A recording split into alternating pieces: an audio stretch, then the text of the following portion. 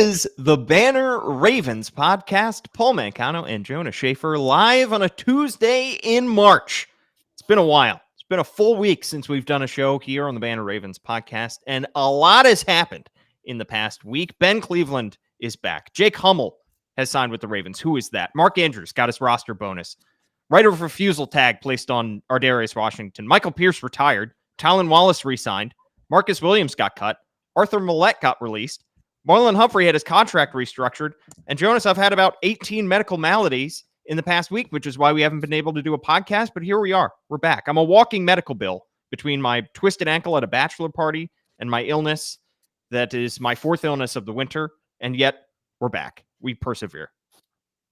Maybe there's an inverse relation between how healthy the Ravens were the past season and how dysfunctional your immune system is going to be in the offseason. Because if that's the case, Ravens number one, I think, in like fewest adjusted games lost according to the FTN charts. So you could be in for like Montezuma's revenge, I guess, in about a month's time. Yeah, I mean, they're going to be the healthiest team in the NFL. Hopefully, we'll see.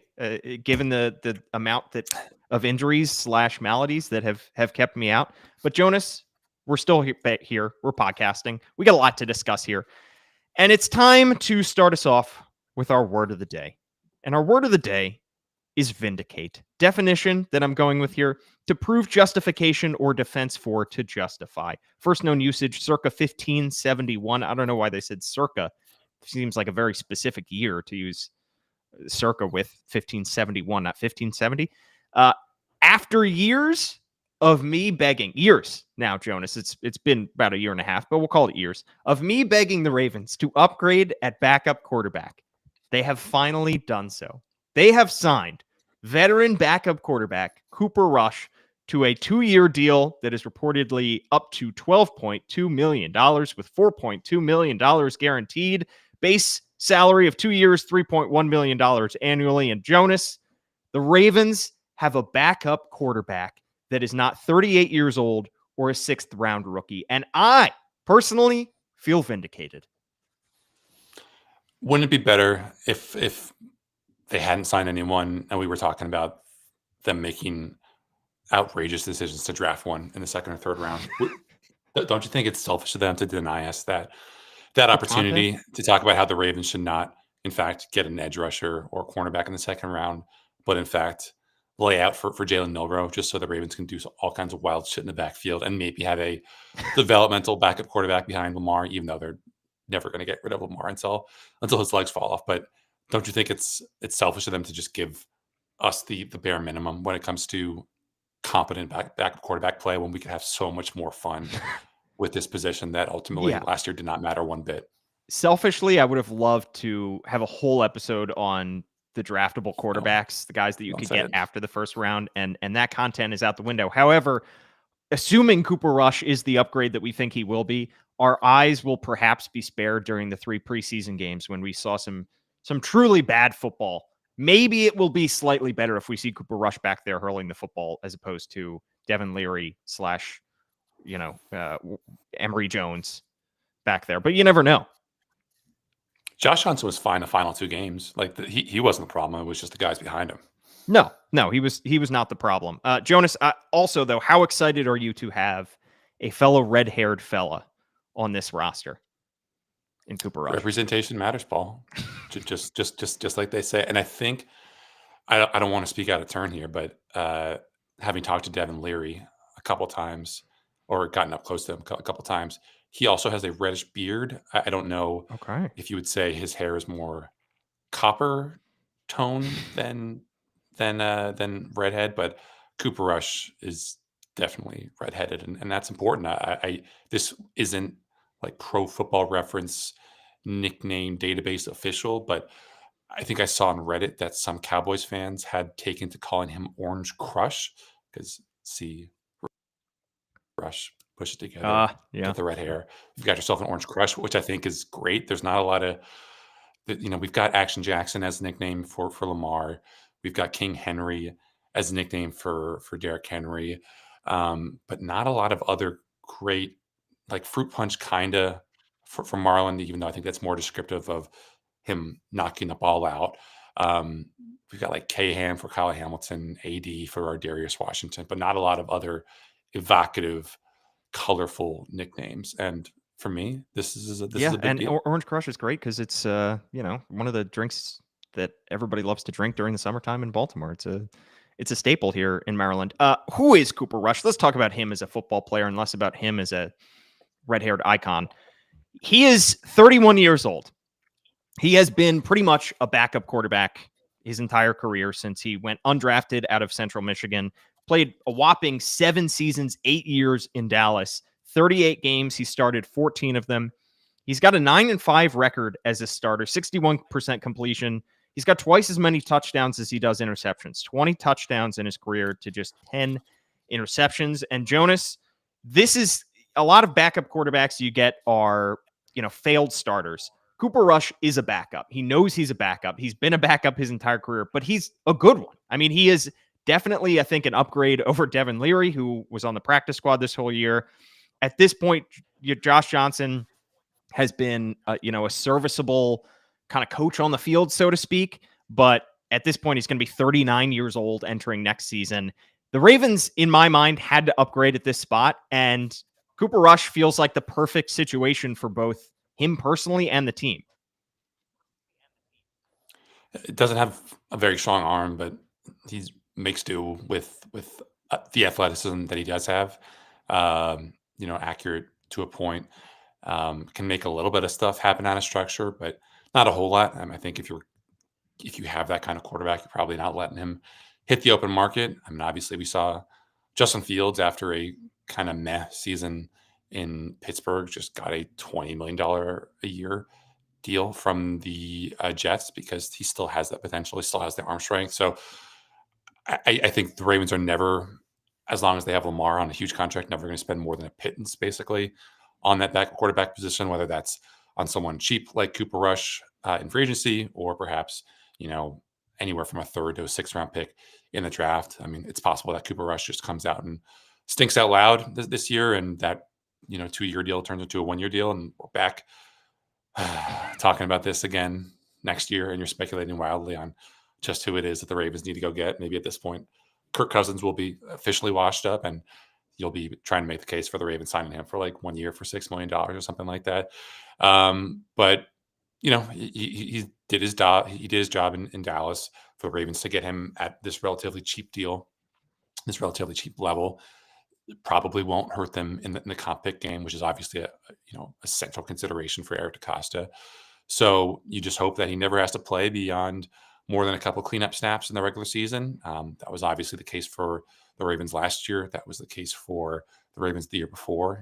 We're now pretty far removed from those days of, worrying and kind of throwing up our hands about Lamar's injury situation. Like he has been a healthy quarterback these past 2 years. It's still, again, a little bit concerned about just how slight he is back there, but he's also so tough to bring down that probably obviates some of the need for him packing on some more LBs.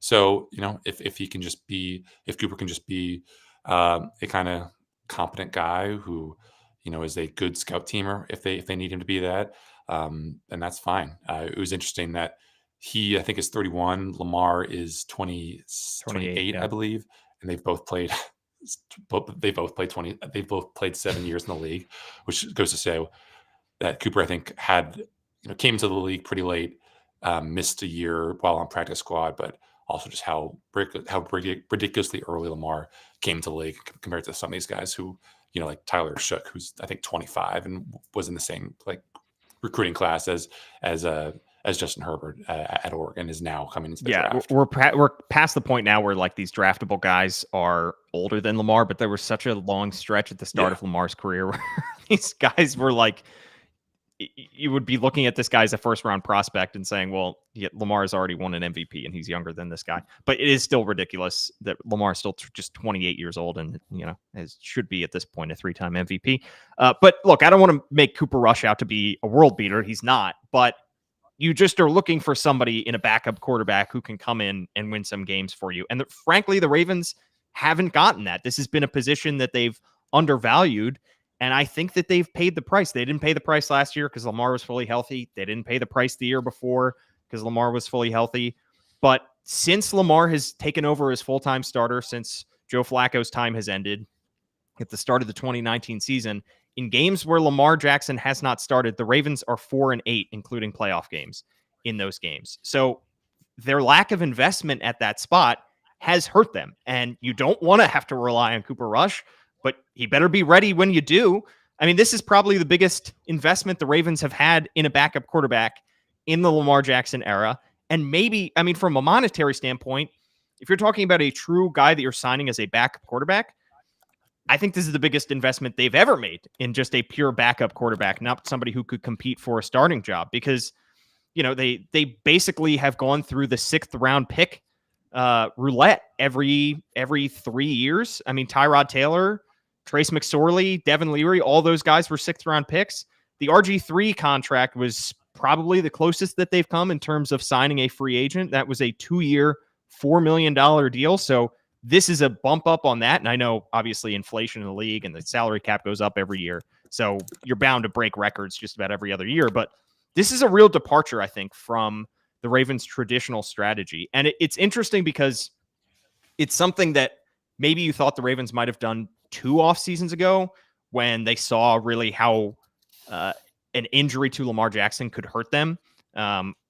When they have to rely on Tyler Huntley to come in and win a playoff game and he fails to do that. This is coming off a season where the Ravens were not hurt at all by Lamar Jackson, being hurt because he stayed healthy the entire season. But I am glad that Eric DeCosta and the Ravens front office is investing in this position, because I do think it is it's the least important position on the field until all of a sudden it's the most important position. And how many times have we said this offseason that maybe if the Ravens had gotten a higher seed, then they wouldn't have had to go to Buffalo in the snow and try to win a playoff game. And then even if they had won that game, they go to Kansas City. And the reason that they didn't get that high seed is because they lost too many regular season games that they should have won. And so the Ravens have to win as many of those 17 games as humanly possible. If Lamar goes down for any stretch of time, you feel better about having Cooper Rush and his ability to win games than you would about just about anybody else, I think. And certainly not a 6th round rookie. Plus, if he makes plays in Baltimore, then we might get fans chanting "Coop," like "Coop, Coop," which is always fun. Do you want that? I think you can. Huh?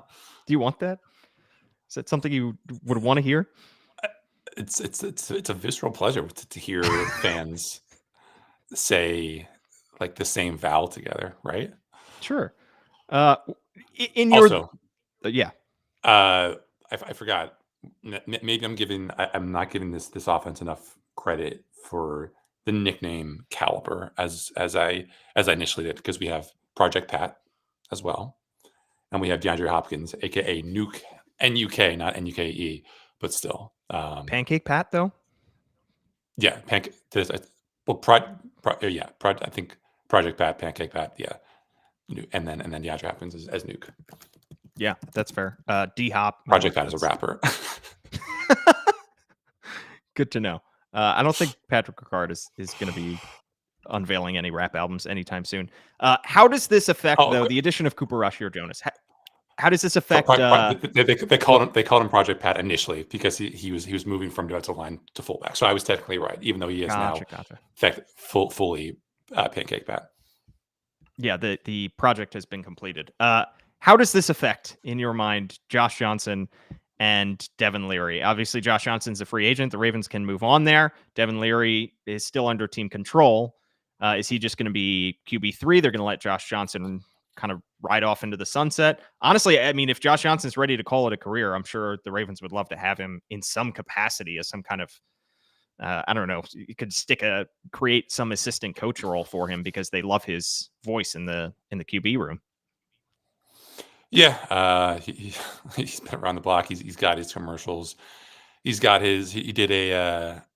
was part of like an Amazon project or an Amazon package where he went, I think, crabbing with Marshawn Lynch. So if this is it for his career, he's lived a good career. He's been part of some memorable games, but obviously, like you said, there's not going to be a huge market for that guy. It seems like Devin Leary, because of just where the Ravens are with their roster construction, probably aren't going to keep 3 quarterbacks on their roster this year. Yeah, I think it'll probably have to be. They would definitely make space if all of a sudden Devin Leary is not the, you know, project that he appeared to be in the preseason last year, where again he finished like with the worst PFF grade of any quarterback with X amount of snaps in the preseason. So it's easy to imagine him being a practice squad guy, but also he is older for the position. And if they have enough draft picks at the end of that draft and they feel like there is still somebody out there who they think could be a developmental guy and perhaps come in and give the Ravens more than what they have in Devin Leary, then they'll probably go out and take him. So we have, there's a possibility that the QB2 and QB3 from 2024 for the Ravens are elsewhere by the time that the rosters are finalized in late August, early September. Yeah, we've spent 15 minutes now talking about backup quarterback. I could go on for another hour, Jonas, but I think 15 minutes is probably 14 minutes too long for you. Let's talk about another free agent that the Ravens signed at a defensive position, linebacker Jake Hummel. Now, the Ravens, we knew coming into this free agency, especially after they extended Ronnie Stanley, we're not going to be paying big money for any free agent. And it doesn't seem like they're giving Jake Hummel a whole lot of money. 1-year deal. He's more of a special teams guy than he is a defensive player. But that's an important spot right now because this team lost Malik Harrison and they lost Chris Board. Harrison to the Steelers, Board to the Giants. Both those guys linebackers that ended up playing serviceable roles on this defense, but were also important special teamers. What should we know about Jake Hummel coming to Baltimore? Great hair. Played with Charlie Kohler and TJ Tampa at Iowa State. Was not tendered as a restricted free agent by the Rams, so that's why he was out there on the market. Seems like a good special teamer. Again, I'm not going to go and try to break down all 22 for special teams because as boring as my life is, it's not that boring. So, you just trust that he is going to do something to solidify the special teams, which again, were pretty bad last year. And it wasn't just the Justin Tucker of it all. You look at the DVOA unit by unit rankings, they had 1 or 2 of the 5 units that were basically top 15, in that 10 to 15 range. And that's not good enough for the Ravens. They have a special teams coach in John Harbaugh. They've got a well-respected coordinator in Chris Horton, and they just didn't have the juice there last year. And it definitely cost them at least 1 or 2 wins. So, I don't know if he's going to be as good as Chris Board. I don't know if he's going to be as versatile as Malik Harrison was on defense. He definitely won't be as versatile as Malik Harrison was on defense. But if you can get him, if you can find some other guys in the draft, if you can, coach up some of these young guys on defense and offense to fill out the rest of these special teams roster, then you should at least feel better about that unit going into 2025 than you did by the end of 2024. Given the fact that Trenton Simpson was basically benched by season's end, the Ravens obviously have that 3rd-round pick invested in him. They've said all the good things about his development. But do you expect the Ravens to go out and sign another veteran linebacker before we get to training camp or maybe during training camp just because of the uncertainty around Trenton Simpson in 2025?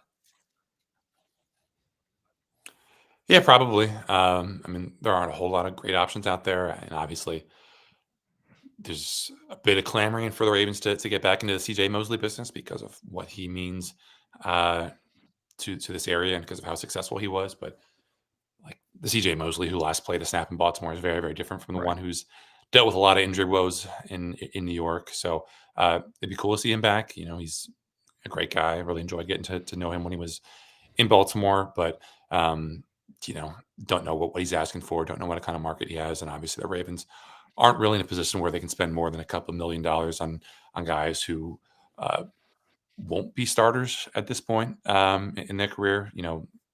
They definitely have a need for another off-ball linebacker, but they have a need for defensive line. They have a need for cornerback. They have a need for, I guess not quarterback anymore, but there's a bunch of spots that I think are more pressing. Safety. Then off-ball linebacker, if you still safety, if you still have your faith in Trenton Simpson developing into something. They definitely had a need along the offensive line after Patrick McCary left in free agency and got paid. Good for him, but the Ravens obviously are turning over most likely to Andrew Voorhees along that offensive line. However, they made perhaps their most puzzling addition of the offseason. I wouldn't call it addition because they're bringing back Ben Cleveland, who re-signed with the Ravens last week. And Jonas, this was surprising for a lot of reasons. First off, on the football field, got beat out by Daniel Falele at guard. And even after the Ravens lost Patrick McCary, I mean, you weren't expecting Cleveland, given the fact that he lost that job last year, lost the competition, I should say, last year to Daniel Falele, who was not, I know he was a Pro Bowl alternate, but he was not a world beater. Anybody who watched the Ravens last year, no, Daniel Falele was not a world beater there. The fact that they tried Ben Cleveland out at center because they were looking for anywhere that he could be serviceable. I know he played some snaps during the season, but he was, essentially relegated to the bench. And furthermore, off the field, it was reported on the BaltimoreBanner.com that he was arrested in Georgia in February and charged with a DUI after police determined his blood alcohol level was more than twice the legal limit. Jonas, why did the Ravens bring back Ben Cleveland after I think you could say a fairly disastrous season for him in 2024, and also his off the field issues now? The conspiracy part of my brain says that they signed him on Saturday because that is when a lot of people were celebrating St. Patrick's Day. So that kind of conditioned people to accept that a guy who was charged with a DUI could be brought back to Baltimore. Just, get people in the mood for drinking, get people back in the mood for a guy who got charged for having a blood alcohol level that was more than twice his legal limit. Not a terrible strategy, even if drinking and driving is never a good strategy. But the facts of the matter are, like, he probably didn't have a huge market, especially with the black guy that he did because of his legal situation. The Ravens need depth.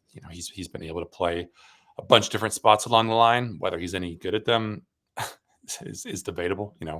I can speak Spanish. I know French words. I know, a little bit of whatever the fourth language that I could come to, Japanese, but I'm not any good at them. So just because he's played left tackle and right tackle does not mean that you want Ben Cleveland out there at left tackle or right tackle, in a game that matters. So if he's coming back, if he's willing to take care of whatever he needs to get taken care of off the field so that he's not in a situation where he is driving around Baltimore buzzed or worse, then I guess you feel a little bit better. But at this point, this is kind of a buy low, sell medium type move. I don't think they're ever going to get the most out of Ben Cleveland. I don't think that the guy the Ravens picked in the third round when John Harbaugh and Greg Roman thought that he was the best run blocker in the draft is ever going to materialize. But, he's played a bunch of spots. He's still a very, very strong guy. He's worked on his technique. He can play center, which is not something that we expected him to be able to do, a year or two ago. So it's just a situation where, you kind of, I don't know. I don't want to say dance with the devil because that would be over. That'd be overselling it. But you have to make tough decisions, and this is definitely one of them. And if he never has to play a snap in 2025 because you have another good year of good health, then we're probably not talking about it. But even if he does come on, I guess you would feel better about him being able to contribute in a meaningful way than you would like a fourth or fifth round guard that they take to help build out that offensive line room. So it's not the most publicly palatable move, considering just how disappointing he was and how bad the news that came out of Georgia was. But again, this is a team that's trying to make a move for a Super Bowl. So kind of do what you got to do, I guess. I guess you can make it more publicly palatable by not mentioning his DUI in any press release, in any form from the team, simply ignoring the fact that it happened. That's certainly one way to sell it, I guess, to the fan base a little bit more, is by simply ignoring the fact that he was charged with a DUI. All right, let's talk about other roster moves that the Ravens made. The fact that they were due, Mark Andrews was due his roster bonus over the weekend, and the Ravens, instead of trading him, instead of cutting him, they made the move to pick up and pay that roster bonus, $4 million. It was due on Sunday, and he got it. Now, Jonas, from a fan's perspective, they might be wondering, does that $4 million count against the cap? How does that roster bonus factor into how much the Ravens are paying him and how much he counts against the cap, and also his likelihood that he's going to be on this roster for next year? So if they'd gotten rid of him before that roster bonus came due, then they would have saved $11 million in cap space, because it would have been the $4 million of the roster bonus plus the $7 million salary that he still has to earn. So he could still be traded, but I think he is now more attractive as a trade option than like to other teams than he would be to the Ravens, if that makes sense, because you're acquiring a guy who's still a really good player, I think, for $7 million.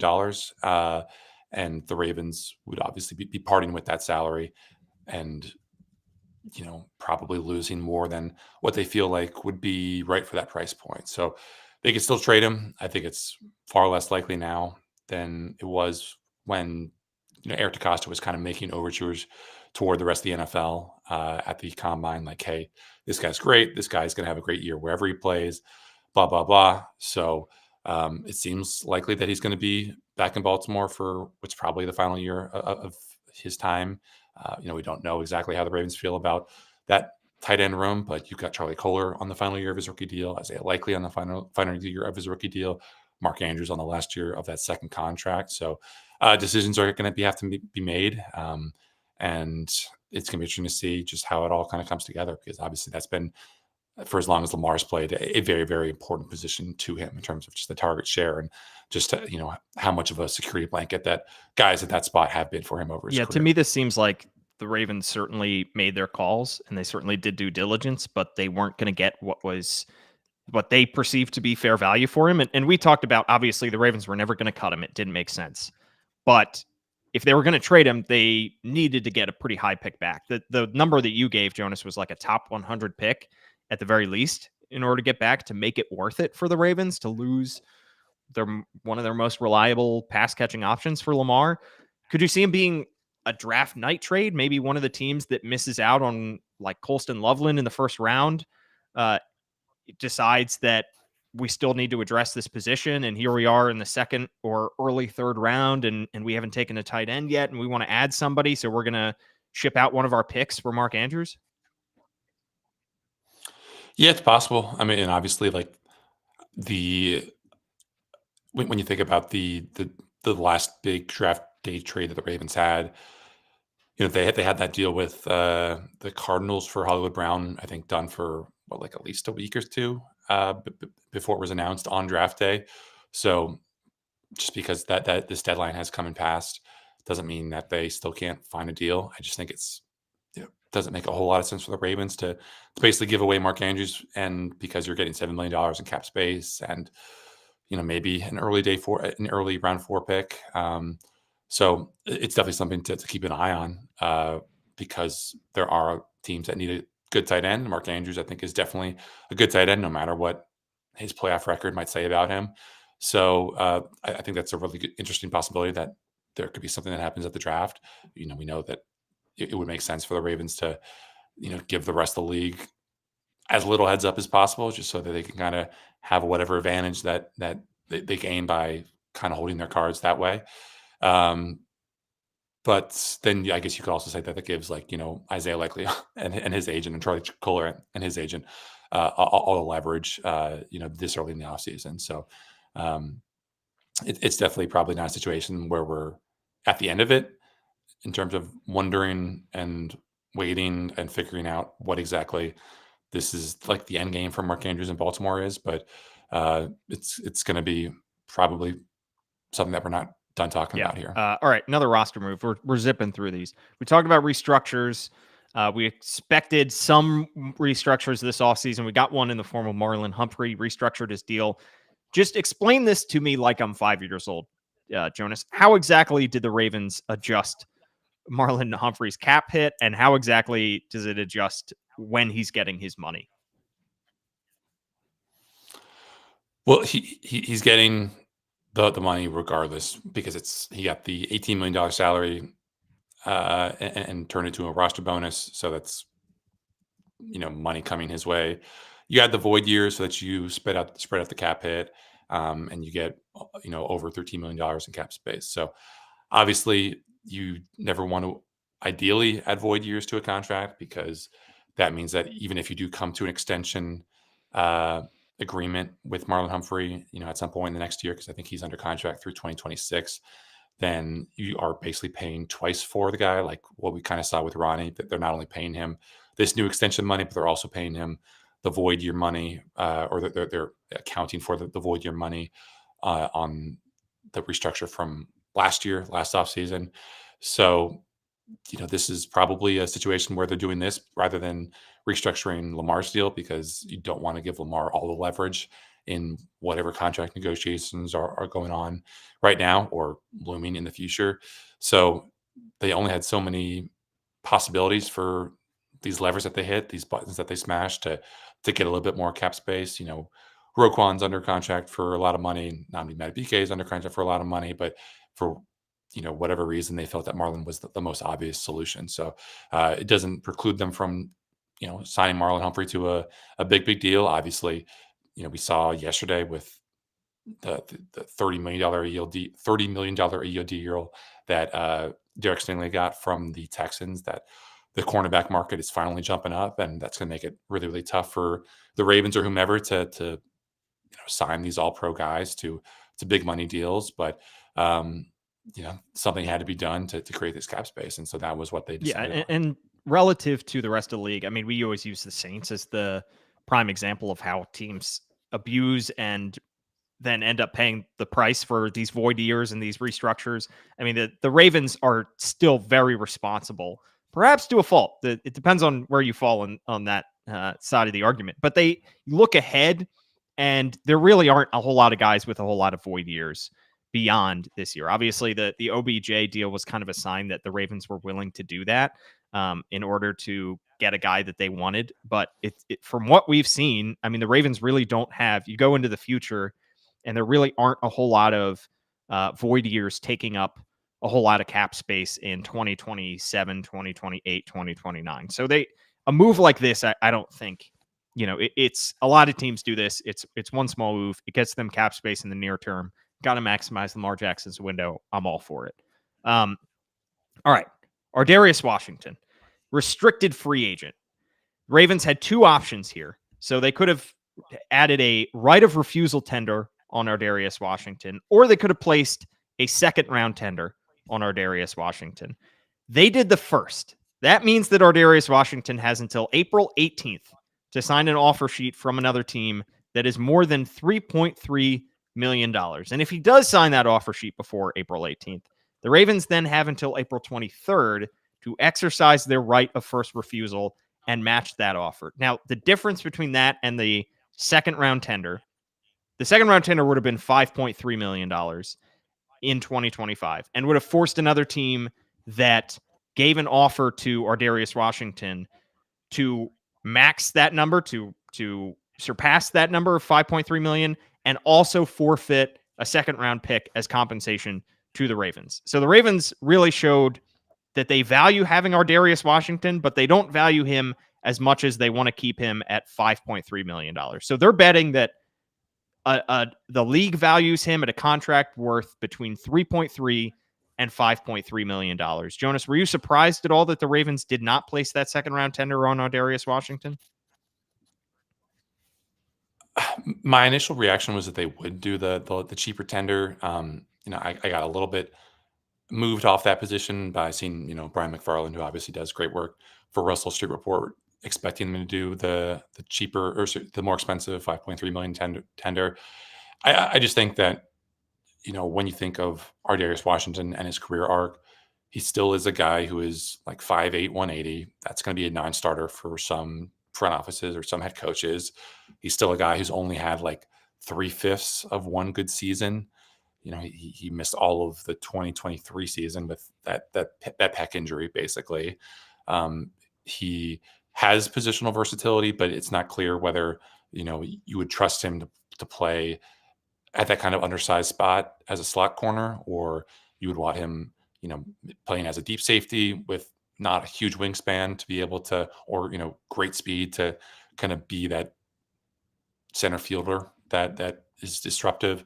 So all that putting together, is $3.3 million a relative bargain when you consider what other guys have gone for, and when you consider just how much that the cap has gone up, probably.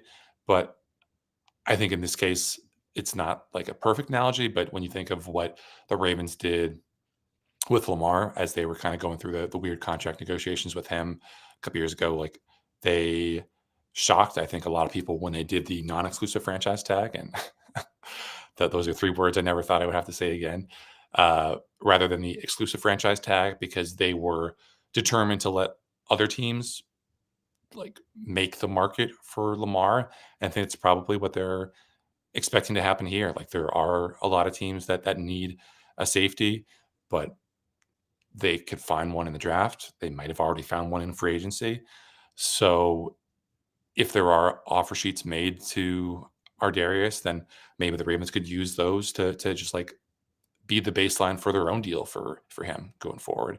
I think just because we're in this kind of offer sheet period of his restricted free agency doesn't mean that the Ravens can't get an extension done with him. So we'll see, just how much interest there is. I imagine that there would be some interest in surpassing that $3.3 million, but obviously the Ravens are kind of, they're in that couch cushion mode where they're just trying to win as many of these contract battles on the margins as possible, because they don't have a lot of other means to, building out this team. Like you can't build it as extravagantly as the Commanders or the Patriots or, the Raiders are at this point. You just have to be as particular and specific as possible with some of these deals. So I think the Ravens probably are the favorite still to bring him back, because they know what his value is and they like him in that building. But it's going to be interesting to see just, what kind of market develops over this next month. He was hugely valuable. Anybody who watched the Ravens last year know how valuable he was last year to them. And he may be 5'8", he may be 180 pounds, but he does not play like it. He ended up being a thumper in the run game. He ended up making some massive pass breakups, some huge plays down the stretch of the season. You'd like to see more of it, obviously, because, he struggled with health in the past and because he wasn't really a starter until the final half or third of the season at safety next to Kyle Hamilton. And I know the Ravens need to get a third safety. They prioritize that. I think they're going to prioritize that in the draft. They're going to add somebody to that room. But I do think Ardarius Washington is a valuable piece for them. He's only 25 years old. You just want to see more of it. You want to see him develop and continue to grow. If there were another team, though, that was willing to offer him an offer sheet, Jonas, in the coming weeks before that April 18th deadline, who are some of the teams that maybe need a safety right now? You go through the team need sheets on some of these draft sites, and there are a lot of teams that seems like half the league needs a safety at this point. But I guess it just depends on how these teams feel about what his best spot is, because he was the week 1 starter in 2023 as a slot cornerback, got hurt, and last year again played that position in training camp. But when the Ravens had all the hubbub and commotion with Eddie Jackson not working out and Marcus Williams getting benched, then they stuck him back there as a deep safety. So not sure exactly what they feel like is the best spot for him, what the rest of the league feels like it would be. Probably as a deep safety, just because, I still think there will be a lot of trepidation about him being able to fit the run at his relatively small size with, the amount of condensed splits that you see around the league. But we'll see. Bills make sense. They've needed safeties. Cowboys, again, that would be a bit of a homecoming for him as a guy who I think he played at TCU. I forget he's from Texas or from I think he's from Louisiana. But Shreveport. Yeah, Dolphins, Falcons, Cardinals. Yeah, your dog definitely does not think Ardarius Washington is a deep safety. I just like him because, one, he's 5'8", which is my height, but he plays so much bigger than that. He plays well beyond his traits, and we've seen teams fall in love with traits, not just in the draft. Teams continue to bet on traits when it comes to free agency. There's a reason Brandon Stevens, who is 2 years older and coming off a disastrous season last year, got paid a whole lot of money from the New York Jets, and it's because he is big and he is long and he has shown it in the past. And Ardarius Washington, who's coming off an outstanding stretch of football, who is short and he is not long, is, being placed with between $3.3 and $5.3 million in terms of value. All right, another guy that the Ravens brought back, Tylan Wallace, re-signed with the Ravens and apparently got his own office named after him. Do you see that video from the Ravens, Jonas? The tiebreaker room with him, a picture of him doing a flip. That is, do you hope to have your own picture on a office at the Banner one day? I guess so, but if that opportunity does arise, I would hope that like the central focus of the photo is not my butt. I mean, like obviously that is. I'm looking at it right now. Yeah, Like, it's you a whole lot of if his the, backside. if the name tiebreaker weren't on it, then you would have no clue that is Tylan Wallace. I mean, like maybe if you're familiar with like the iconic shots from that Rams game in 2023, then you know that it's him. But I would have hoped to at least see like a little flash of the helmet. It's all just a shot of his butt and his backside. So I guess whatever gets the deal done. Again, the name itself, Tiebreaker, is just a fantastic nickname, a fantastic bit of wordplay. But I don't want to see my butt as the emblem for any doors. Well, maybe we can arrange for to change that. All right, let's talk about what he brings to the team. I mean, in terms of a depth wide receiver, I think Tylan Wallace is a fine returning piece. I don't, the fact that they added, a piece on that offense already, in DeAndre Hopkins is probably going to diminish his role in the offense. And I think that's okay. I think he's going to contribute in special teams. I think they're still, hoping that Devontae Walker will take a step forward in his development. And I still expect them, with as many picks as they have in the draft, to address wide receiver. So Tylan Wallace coming back feels like an insurance policy. Yeah, it's going to be interesting to see if he is the guy over Devontae Walker in that wide receiver 5 mix. He clearly was more effective last year. He basically caught everything thrown his way. He was great in the preseason. We know about the special teams value that he brings to this team. I don't think he's ever going to be the talent that's ever going to be the kind of dynamic downfield threat that he was at Oklahoma State, before he kind of dealt with the knee injuries and stuff. But, listen, he's a guy who's gotten better every season that he's been in Baltimore. So at a certain point, you're going to hit your ceiling developmentally as a wide receiver in this league. Maybe he's already reached it, but, I think a guy like that is savvy, smart, works hard, is obviously in this very, very good Ravens strength and conditioning program. So maybe he does get, improve athletically, and that helps him kind of see the field more often. I think it's probably fair to assume the Ravens are going to draft another wide receiver in this upcoming draft, probably day 3, if not day 2. So there's going to be even more competition coming in. But, he's only on the 1-year deal. I think he's the kind of guy who you would probably feel comfortable signing to a 2-year deal, just so you don't have to worry about, his future again next year, if he does have another solid year for the Ravens. So yeah, I mean, love Tylan, love talking to him, love seeing him, and all his hard work kind of pay off for this team, and be a guy who had almost 200 yards receiving last year. So it's good to have him back, and the Ravens, I think wide receiver room and special teams room will definitely be better off for it. All right, couple more roster moves. It's time to hand out our Who's Got It Better Than award. And it's our first 2-time winner, and it goes to Michael Pierce. He won it the first time at the end of the regular season when he caught the most unlikely interception of all time. And he wins it this week for announcing his retirement at 32 years old. A guy who, once had a second-round tender placed on him, by the way, in 2019. Started as an undrafted rookie out of Samford, 2016. Played 4 years with the Ravens, then signed a 3-year deal with Minnesota, opted out in 2020, played only 8 games on that contract, came back to Baltimore in 2022, and he's calling it a career. 9.5 sacks, was stout as a run defender in 8 seasons with the Ravens. A guy that was a delight to talk to, a guy that was well-respected, well-liked in the locker room for good reason. And we saw this coming when on locker room cleanout day, players were coming by his locker and signing a helmet for him. And now he's calling it a career. And I'm happy that he gets to ride off into the sunset with his last regular season snap. I know his actual season didn't end until the Bills game, but his last regular season snap, of course, was that iconic interception. Yeah, we're gonna miss him. Ravens defensive line definitely gonna miss him. Just a jovial presence.